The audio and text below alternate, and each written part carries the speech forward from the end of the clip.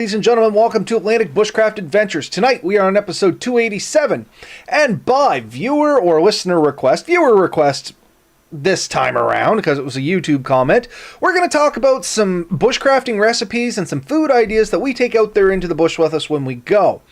And honestly, I don't know about you, Ben, as I was thinking about this and talking to Mel, I even asked around, do we have anything really? We tend to take normal food, but I did come up with a couple ideas of things that are kind of fun to take, in different situations. Melissa's still sitting over there saying Jiffy Puff. But that's not a recipe. That's just a thing. Up. It's an item. That's all I care about. Hey, Steve, Yeah. Thanks for joining us tonight. Sorry, Ben, go ahead. So what's your take on this, bud? I thought a little bit about this, and I've been bouncing a few around, and pure recipes, I don't have a lot of great ones, because I kind of make things on the fly. I don't write recipes down, but there's definitely some staples that I tend to lean towards.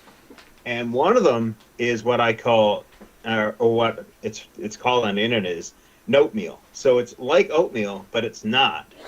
And so that's just a quick breakfast one that I can mix with a bit of hot water and have something that's filling in the morning. But I could talk a bit about breakfasts if you would like. I was really hoping you'd bring this one up, because I'm going to tell you, folks, if you haven't had oatmeal, give it a try. I like it better than oatmeal. Don't get me wrong, I have no problem with oatmeal, but oatmeal is really good. It's just better. It's chia seeds, flax seeds, almond flour, shredded coconuts. I'm trying to think of what else is in there. And maybe that's it. Bit of sweetener. I throw cocoa powder in there. Somebody mentioned maybe the powdered peanut butter you can buy at Costco and whatever, a spoonful or two of that in. And what I do personally is I just take the snack size Ziploc bags and I put 2 or 3 teaspoons in, and then I just zip it up. So then I have one per day, or one per day that I'm planning on having that. And it's a really good meal, and it lasts a while. You keep it in there for a full trip, no problem, right? And so it's super quick, and it just takes a little bit of hot water. You could cold soak it overnight, and you have something. It's something significant. It's not high in carbs, but it's got fibers and stuff. And if you're out there, oftentimes that's something you're lacking, is good fiber. So make sure you have the fiber, and so you can move the numbers, but type in oatmeal, Noatmel. So just an N in front of oatmeal. And there's lots of good recipes out there, and that's a lightweight, easy to make meal. No, 100%. And it really is delicious, folks. I know, I'll be the first to admit, when Ben brought it to me the first time, it was because, and it's no secret, Ben, you did keto. You live a keto lifestyle, and this stuff fits into keto. So anybody that's looking for keto options, bonus round for you.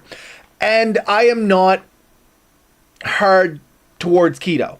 I have no problems with it, don't get me wrong, but I was generally the person that was like, that sounds like it don't taste good. And then Ben was eating it, and I said, screw it, give me the recipe. And I actually made some, and it literally is better than a bowl of oatmeal in the morning. I make it like Ben. I throw some cocoa powder in there. I also use a little bit of honey. Just as a topper, a drizzling on top, and it is so good. It's just and it's hearty. It sits with you for a while. It's not like you eat it and forget about it.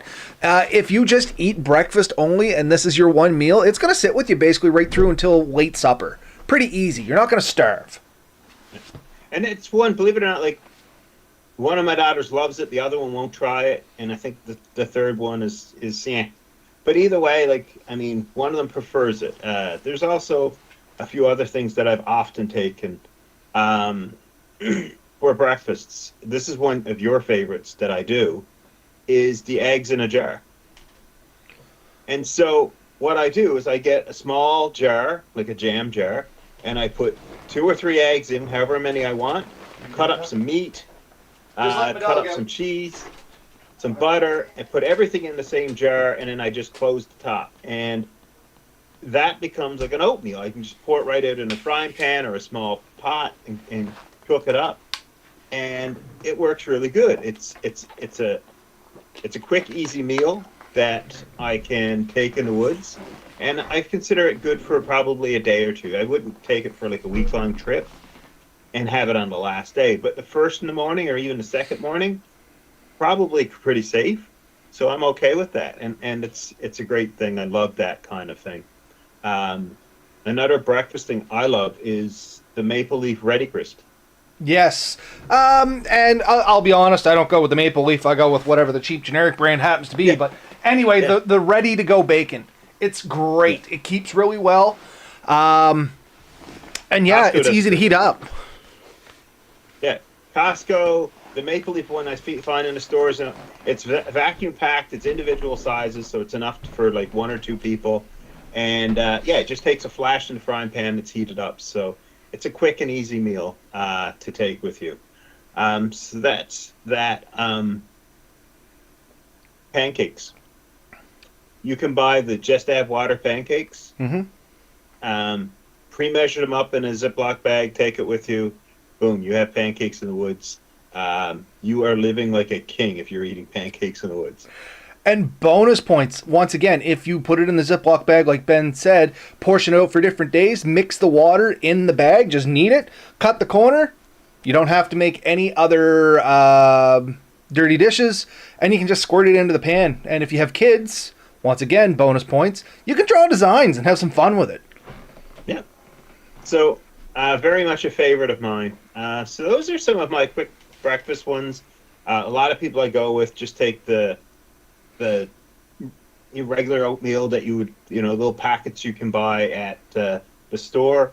One of the things I did find in my last trip, I bought the more expensive backpacking ones.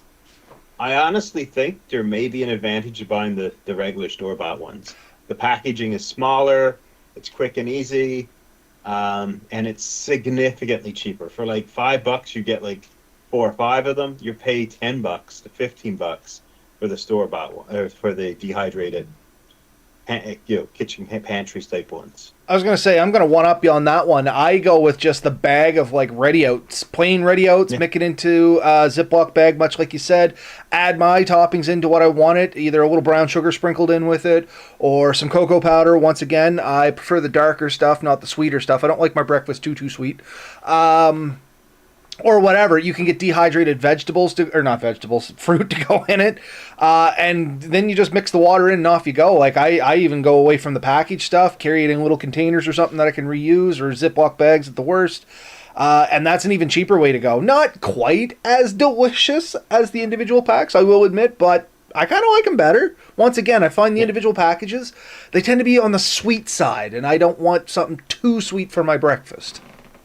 Yeah. A good option for a lot of stuff too is places like the Bulk Barn, because sometimes you can buy like bulk soup mixes and stuff like that, and different things that you might want to put into it. So if you want to mix your own things up, you can go through that. And so I think we've covered what I usually take for breakfast. So bacon and eggs, pancakes, oatmeals, pretty standard fare. Bannock. And my trick for Bannock, and if someone's going to come on and say, Ben, that's not Bannock, I don't care. It works for me. I just buy the self-rising flour from the grocery store and literally add water and throw it in a frying pan. Works great. It's very successful. Bit of butter, and it's yummy as hell. And if you want to make it really fun, throw in a few pieces of cheese with it. I often take a block of wax encased cheese, either like the small Baby Bells or a bigger one, and that's a go-to for me in the woods. And usually I'll just throw 1 or 2 of those in, and yeah, that kind of covers me well for breakfast. I don't know, is there anything else you would add? Not really. Like I said, I'm big on the oatmeals. That tends to be my breakfast. Bannock, like you said, I did have pemmican on my list if you wanted to actually take an attempt at making that, which is basically fruits, nuts, berries, animal fat to some degree, and oats if you want to go with that, and you can roll it up. Lots of good recipes on there. Sailor crackers, I think, is the other name. Like, it's tend to be a real dry thing, but it's really high in calories. And honestly, if you have it with like a cup of coffee or something, it's actually pretty pleasant. I enjoy the stuff. My problem is I don't make a lot of it. So the odd time I try it, I might get 1 or 2 feeds out of it, and then I snack on the rest while I'm at home, and then I don't make it again for like 3 years. Funny enough, we were at there was a at night farmers market here tonight. Mel and I went out before the podcast and went to it, and I just hooked up with this guy that renders.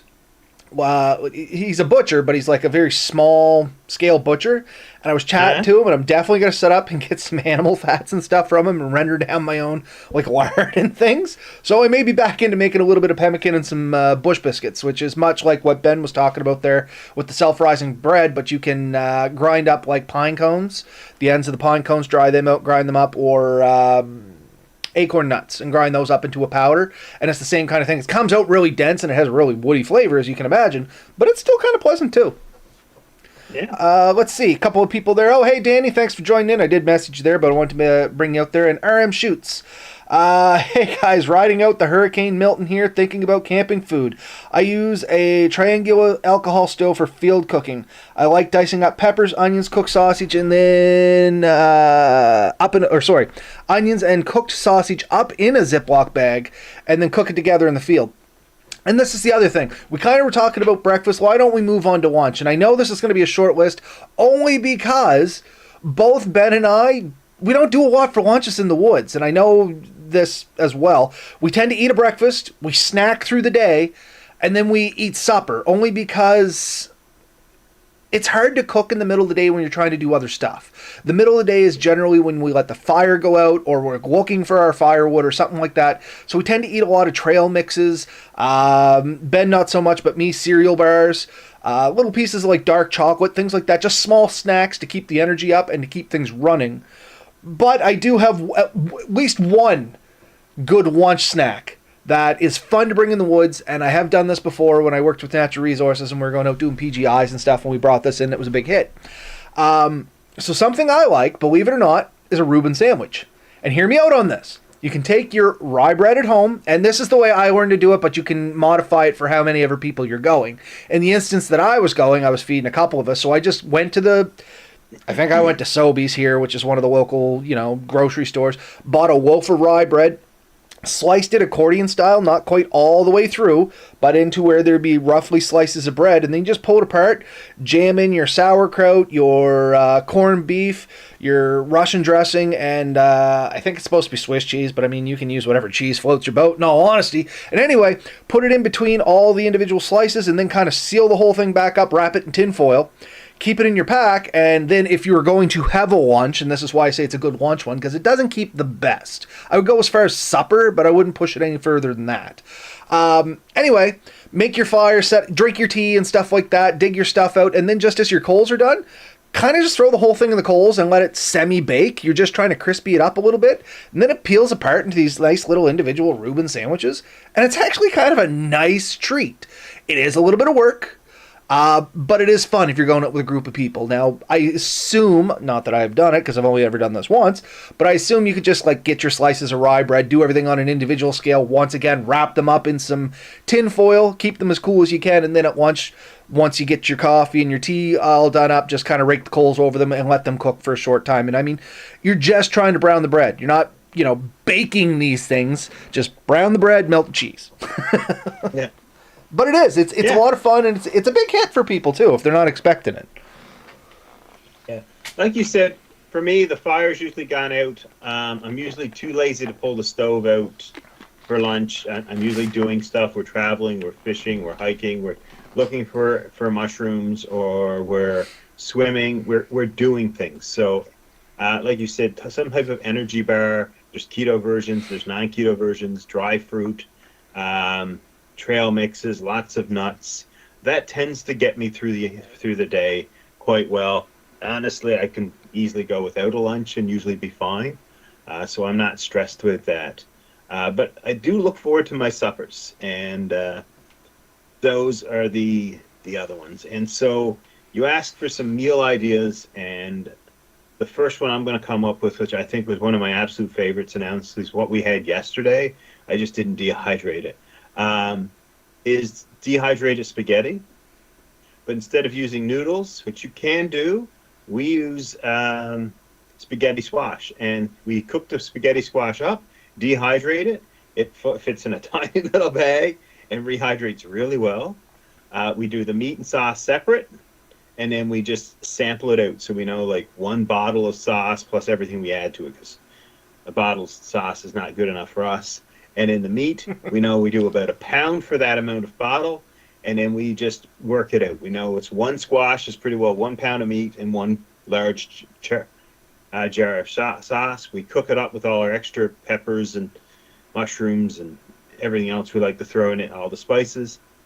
Dehydrate all three of them separately, and then we combine them in the bag and we rehydrate them as one. We do it in a pot slowly over fire, and honestly, what you take in you think might be enough for one is good enough for 4 or 5 people. And I do tend to take a lot of food when I go in, especially when it comes to dehydrated stuff. And though I've never had the dehydrated spaghetti, it sounds absolutely delicious. I do know the dehydrated chili was absolutely delicious. That's it. That's another really good one. Same idea, really. It's up to you how you do it. You can do it all as one, or you can separate some of the ingredients and do them separately.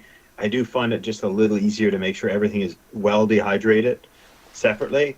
You almost have to over dehydrate sometimes when you mix everything together, just to get like the meats and the thicker items down.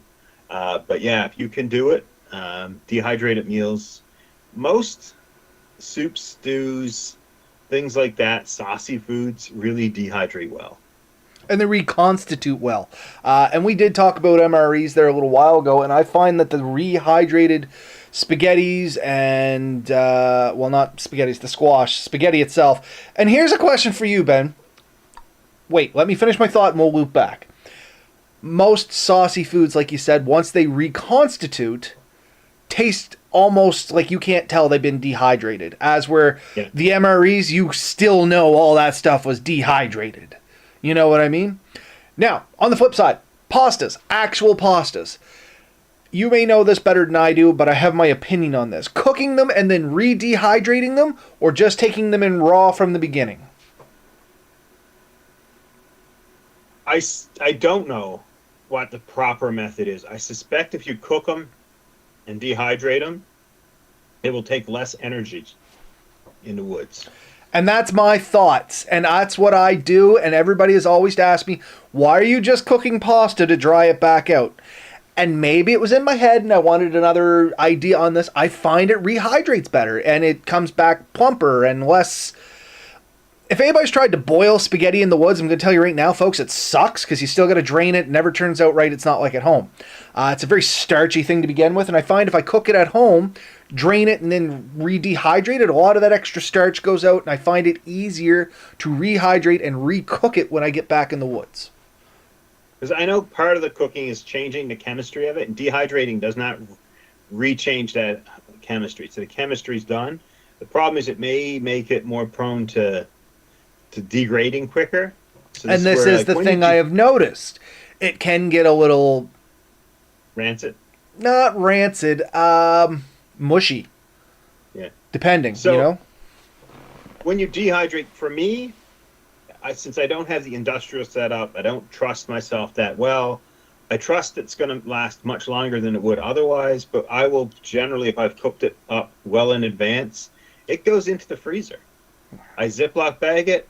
Nice thick, heavy Ziploc bag, because dehydrated fruit is sharp and will cut through bags easily. And just throw it in the freezer and keep it there. And before you leave, just pull it out the day or two before, and you go. I do this. This is a me thing. I take one larger Ziploc bag and I put my whole day's food in that one Ziploc bag with everything individually in its own container. So Enrich bars are already pre-wrapped. They get dropped right in. But any dehydrated food, they have their own individual Ziploc bag. And then I have a day's worth. So when I can label them. I usually don't. I just choose one randomly, and that's mine for the day.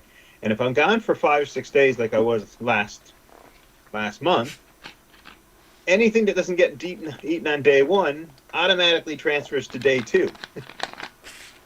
Right? So and if you're anything like me, you end up with a lot of spare food at the end of the last day.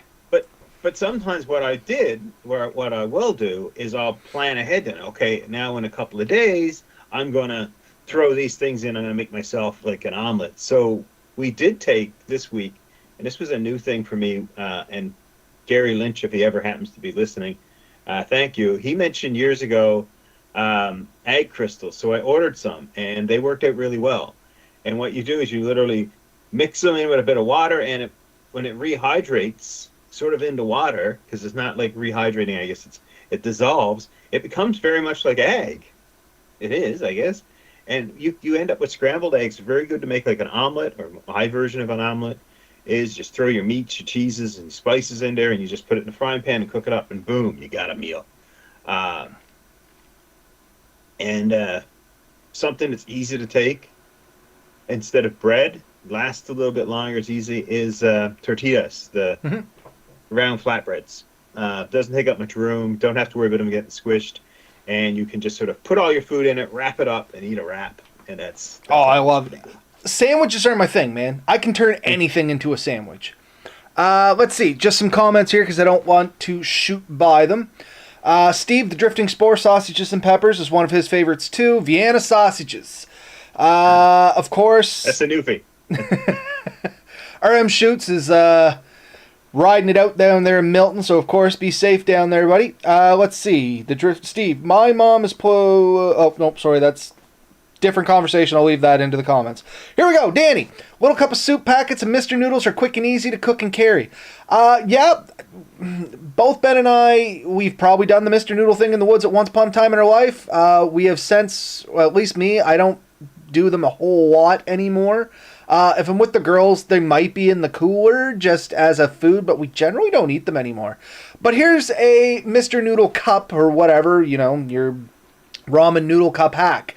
Eat the noodles, save the water, take some of your scrambled egg mix, pour in it, reheat it, and fluff it up. Makes it a lot nicer and more filling. But also keep in mind, there's 50% of your daily intake of sodium in that one pack of Mr. Noodles. It can be pretty crazy. So if you're salt wise, Mr. Noodles really are they're the Achilles heel. They'll get you. There's a ton of salt in those things. So a little known fact about me is I am not a noodle or pasta fan in any way, shape, or form. And so Mr. Noodles to me sounds absolutely horrible. And you will never, ever, ever catch me eating a package of Mr. Noodles. It's just not going to happen. So Steve again here. My sons and I like to fry up steak and garlic butter. Once the steak is almost done, I cut it into slices and then finish it off and put it onto a hamburger bun. That actually sounds absolutely delicious. And you know what? I at least had steak on my list. We were going to talk to about coming into supper. So we might as well move on to that anyway. Getting into supper, steak is a marvelous first meal. I love it as the first night sitting in there and eating a piece of steak. And Ben and I have both cooked a piece of steak directly on the coals. It was one of the first things we did. First time we went out camping. And it's good. It is a very, very nice flavor to the meat, and there wasn't really a whole lot of ash or anything on it either. And I mean, we cooked it almost done, and then I think we flipped it up in between two pieces of wood to finish it off. But it was just to kind of sear the outside of it, because I think at one point one spot was getting a lot of heat real fast, and it got a little warm. So we figured we finessed the way to do it towards the end. But it was delicious, and we just ate it right off a piece. I'm pretty sure there's a picture of me cutting a piece of the steak off the log that's on fire and shoving it in my mouth. So. Oh, yeah, for sure. Yeah, along that lines, my favorite, I didn't get to do it last trip, it was part of the plan, is to grab a steak the day I go in, or even if I have it a few days before, I'll freeze it, because guaranteed by the end of the first day, it's already thawed, and it goes right on. And I've seen people do this when this is a really good one. You cut up your steak into chunks beforehand, you get a bunch of potato, some onion, some butter, and you just wrap it in tinfoil, and that goes on top of the fire at night. And then partway through the night, you pull it out, and it's all cooked and steamy and good. Maybe throw some cheese in there or different spices, and man, you have a great meal just sitting there. So it's a really good first day meal. The problems with it are heavy. You do have to be careful you don't damage the tinfoil for the trip. But man, it's a great first day's meal. I love a good steak. I've also done chicken. Smoky sausages or any cured meats Hmm. is always a favorite of mine. You can slice them up and fry them up, and it's just awesome. You can cook them on a stick. The pepperoni you can get on the East Coast, you cannot get it over here. Anyone knows how to get good pepperoni in BC? Tell me, because I haven't figured it out yet. Uh, a good stick of pepperoni goes a long way, and that's a great snack food for the day Hmm. too. Love pepperoni. And like you said, it slices up great for breakfast or to add a little kick to a meal. And beef jerky, Danny. Yeah, you know what? Beef jerky is great. I prefer the homemade beef jerky if you can get it. Like, if I get a deer this year, I am definitely going to make a lot of it into venison jerky. And hint for anybody out there that's wondering, those jerky packs you can buy from all the big box marts and stuff, yes, they're going to make jerky for you, but oh my goodness, they are salty. You can cut back on the salt they require by almost an eighth, and it's still going to taste salty. Better idea, go online. There is lots of recipes out there that use like Worcestershire sauce and stuff like that. That makes a way nicer taste. That's not so sodium based. Like I don't like the taste of salt. I'm not a salty person. You know what I mean? I don't. That maybe I am, but I don't like the taste of salt. Let's go with that. So I tend to shy away from things that have a really strong salt taste. We don't. We've had the same shaker of salt here at home since Mel and I started dating. That would have been 20. No, when we moved in together. Sorry, we got our first salt shaker, and it's still sitting out there. That was 2004, 2005. Same salt shaker since then, and we're talking like little salt shaker. Haven't used it. That's how much salt we use. Anyway, I digress. Yeah, beef jerkies are good. I prefer the homemade stuff. That's all for me. To each their own. But once again, it falls under that cured meats that Ben was talking about. They last well, and you can use them in other meals. It's a great thing to throw in there and have some in there. See, we are talking on suppers. Baked potatoes. Super easy thing. Same thing. Poke some holes in it, wrap it in tinfoil, throw it in your bag. Towards the evening when you're about to eat, you just bury them in the coals, leave them, go on about your business, pull them out of, however long later, depends on the heat of your fire. If you know how to bake a potato, go accordingly. And bam, instant nice potato. And I mean, if you glaze them in a little bit of avocado oil or olive oil, whatever your case may be. If you like salt, sprinkle a little salt on that. I hear that's really good. I put pepper on mine, a little Italian spice. Wrap it all up, maybe even a little chunk of butter, real butter. Wrap it all up and just bury that in there. And then once it pops out, man, it is an amazing little treat. Yeah. Very starchy, though. You know what I mean? That it's basically solid starch. Yeah, those are kind of things. Dehydrated meals obviously are a long-term solution if you're out for any length of time. If you're only out for a night or two, or if you're car camping, honestly, the sky's the limit. Me and you have managed to deep fry a turkey on a canoe trip, so the sky is the limit. It's just the only thing is make sure whatever you're doing, the food will stay good long enough, and you have some plan on how to keep any excess food you make good. Do not waste food in the woods. There's a few reasons for that. Food that you can't eat, you're going to end up wanting to dispose of. If you're leaving around campsites and stuff, it's going to attract animals. It's not good for the animals. It's not good for the people. Animals, they get used to eating people food, get used to people. And then they start coming around people thinking, oh, I'm going to get food. There's people. And that's when the negative interactions between humans and animals happens, and I'm not a fan of that. I like keeping the animals with the animals and the people with the people. And if I could, I'd go live with the animals, but because they're better. No, yeah, just don't waste things. And then I guess the last thing for us is snacks. Yeah. Like especially. Nope, go for it, Ben. And you'd be remiss to not say marshmallows and s'mores. Staple of every sweet treat at the end of the night. Absolutely delicious. In lieu of marshmallows, if you're looking for something fun to do at home, just the jars of like Fluffo, they go really well in there too. Just throwing that out there. I prefer the marshmallows. I like my marshmallows burnt to a degree, so.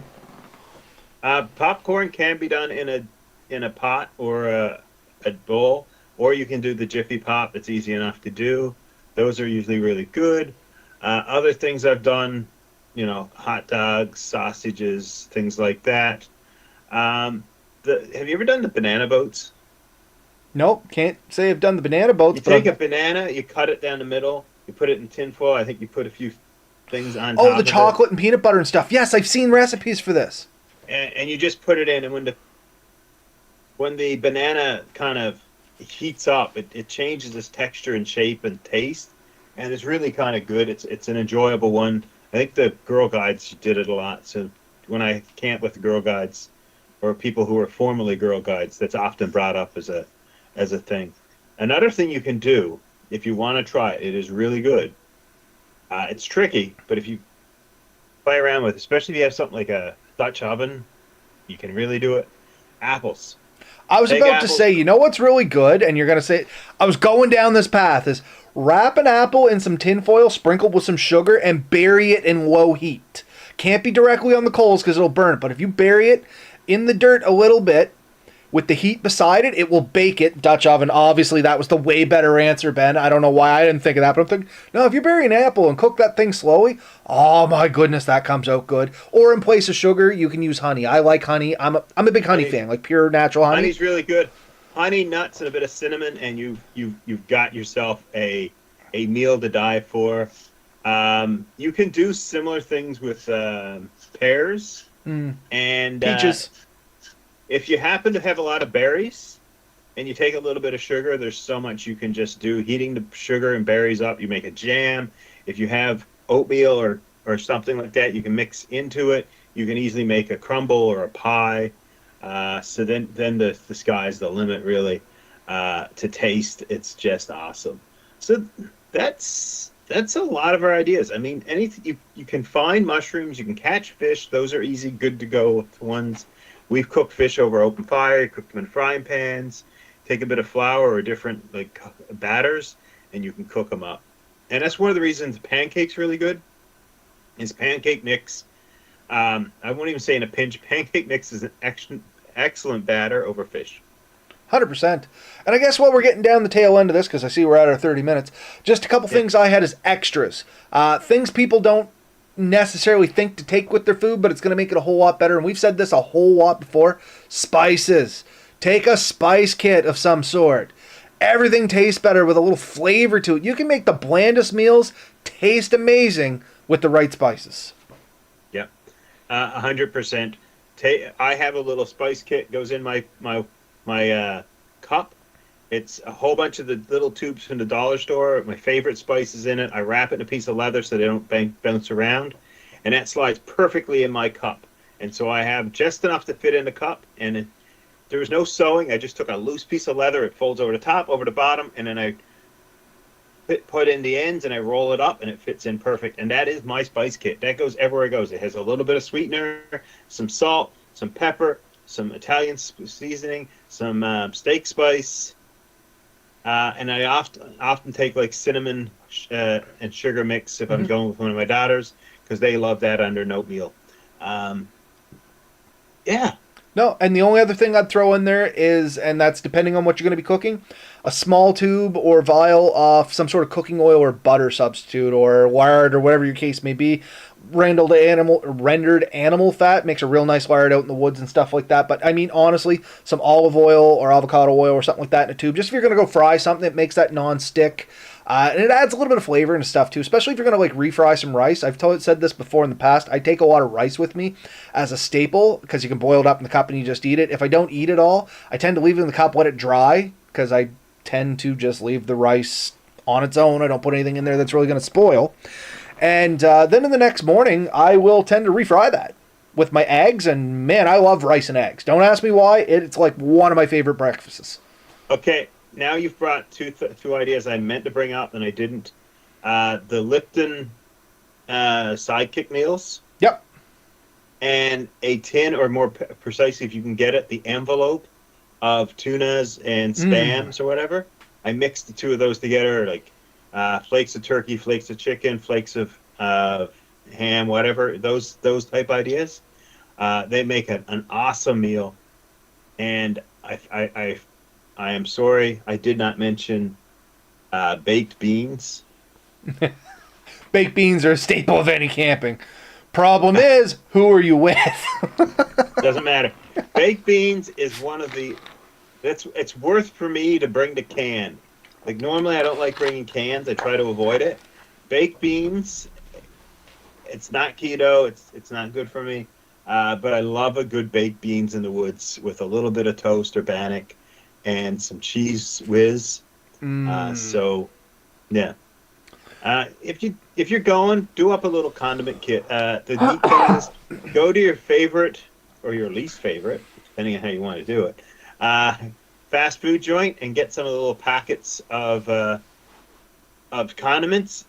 And the other thing I do for salads, because I do take salads, anyone who's is I buy the little envelopes of salad dressings where you can buy pre-made salads at the grocery store, and you take a couple of those, and then you take whatever salad ingredients you want, and if you vacuum seal them down a little bit, and they might be a little crushed, they're usually good for 2 to 3 days, but usually they don't go that long. So first and second day, I usually have them consumed. Fair enough. Yeah. And one last thing I'm going to leave everybody with, because this is going to be a controversial item, I can guarantee you. Something that I love out in the woods, and some people are going to hate it, some people are going to love it. First of all, I know Ben's going to hate it right off the get-go, because one of the main bases is craft dinner or some sort of mac and cheese meal, mixed with a can of mushroom soup. I prefer the non-salt or lower salt or whatever.